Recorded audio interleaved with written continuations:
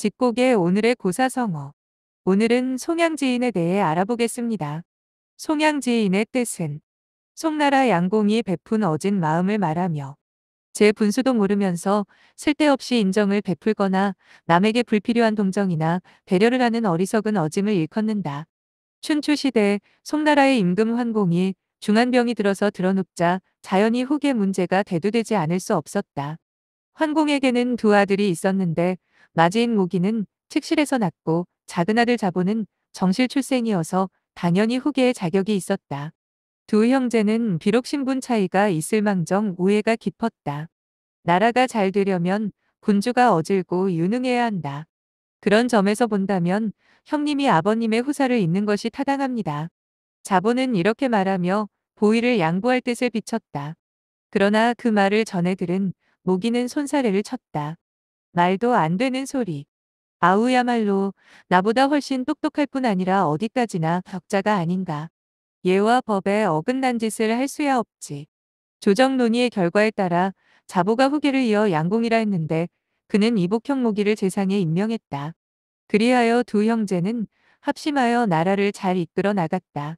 그로부터 7년 후인 기원전 643년 춘추시대의 첫 패자의 역할을 하던 제나라 환공이 죽었다. 제나라 환공은 훌륭한 재상이었던 관중과 포숙이 죽은 뒤 그 역시 나이가 들어 분별력이 떨어지자 간신배들에게 둘러싸여 제나라 정치는 엉망이 되었고 환공은 그런 상황에서 굶어 죽는 비참한 최후를 맞이한다. 그 바람에 천하의 제후들은 가슴속에 감추고 있던 야망의 꿈틀거림으로 슬금슬금 옆 눈치를 보기 시작했고 당사자인 제나라 국내 사정은 치열한 후계 다툼으로 뒤숭숭하기 짝이 없었다. 이때 송나라에는 운석이 떨어졌는데 양공은 패자가 될 징조라고 좋게 보았고 야심을 품었다. 중국 춘추시대의 송은 규모로는 작은 나라였다. 하지만 당시 나라들의 대표 모임인 패자 5국의 멤버였을 정도로 영향력이 남달랐다. 소국 송나라가 그런 대접을 받은 것은 양공이 예를 중시하는 출중한 인물로 존경을 받았기 때문이다. 특히 양공의 치세 무렵에는 경제, 군사적으로도 송나라는 융성했다. 그런 상황에 고무된 양공은 내친 김에 패자의 자리에 오르고자 하였다. 패자란 제후국들을 소집하여 회맹을 연 제후를 가리키는데 제후국들을 소집할 정도의 힘을 확보해야만 가능했다. 춘추시대에는 춘추오패라 하여 5패자가 있었는데 제나라 환공, 진문공, 초장왕, 오왕부차, 월왕부천을 가리키기도 하고 오왕부차와 월왕부천 대신 진묵공, 송양공을 넣기도 한다. 그래 한껏 고무된 양공은 그렇다면 난들 패자가 되지 말란 법이 어디 있는가.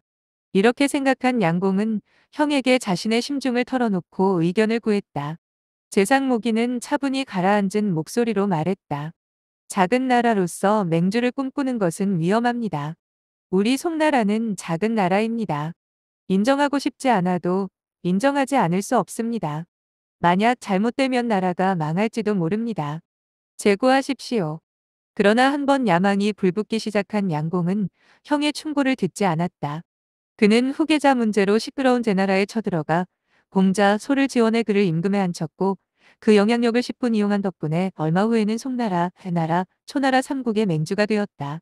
그렇지만 맹주라고 해서 모든 것을 좌지우지할 수 있는 것은 아니었다. 힘없는 주나라가 천자의 나라 행세를 하듯이 그것은 다만 형식상의 관계일 뿐이었고 실제는 힘이 모든 것을 좌우했다. 이듬해 양공은 정나라가 초나라와 맹약을 맺자 자존심이 몹시 상했다.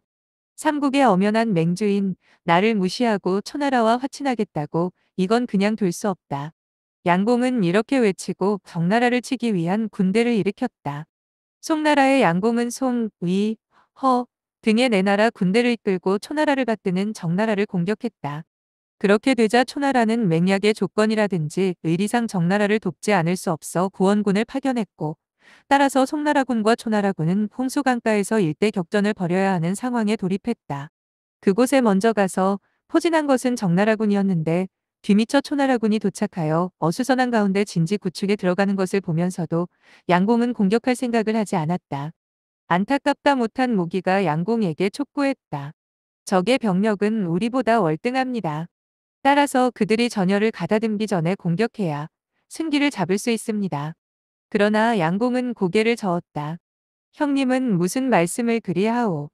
옛말에 군자는 이미 상처 입은 자를 다시 다치게 하지 않으며 머리가 반백인 자를 사로잡지 않는다라고 했소. 옛날 싸움의 양상을 보더라도 험한 지세를 이용해서 이기려는 야근 짓은 다들 하지 않았소이다. 과인이 비록 망한 나라의 후손이지만 아직 정렬하지도 않은 적을 치려고 어찌 북을 울릴 수 있겠소.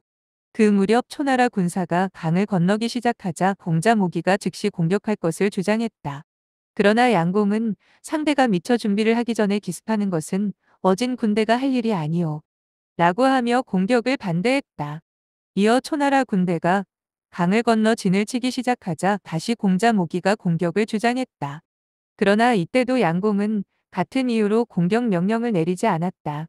이윽고 초나라 군대가 전열을 갖추자 그때서야 공격 명령을 하달했고, 이렇게 터무니없는 여유를 부린 결과 정작 양쪽 군대가 치열한 전투에 돌입했을 때는 모든 조건이 양호한 초나라군에게 승리가 돌아갔고 송나라군은 재기불능의 참패를 맛보았다.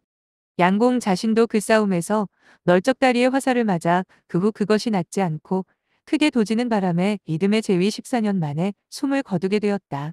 그렇게 패자가 되려는 양공의 꿈은 어이없이 끝나버렸다. 양공의 후사는 그 아들 성공이 이었는데 그나마 모기의 유능한 섭정으로 피해 복구를 하면서 나라를 근근히 유지하였고 다시는 역사의 전면으로 나서지 못했다.